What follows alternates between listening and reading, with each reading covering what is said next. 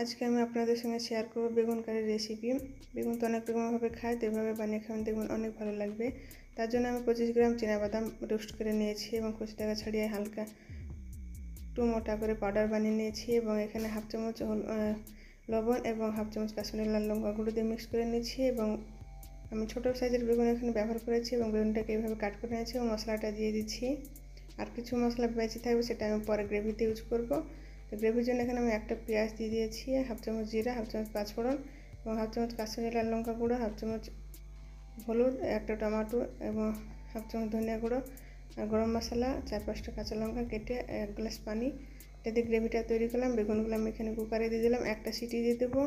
আমি কী ব্যবহার করেছি আমার ডিসক্রিপশনে দেওয়া আছে এবং সিটি ঠান্ডার পরে এরকম হয়েছে এবং ধনিয়া পাতা দিয়ে আমি ফিনিশিং করবো। আমি কী ব্যবহার করছি ডিসক্রিপশনে দেওয়া আছে এবং লিঙ্কেও দেওয়া আছে, আপনারা চেক করে নেবেন এবং চ্যানেলটিকে সাবস্ক্রাইব করবেন। ধন্যবাদ।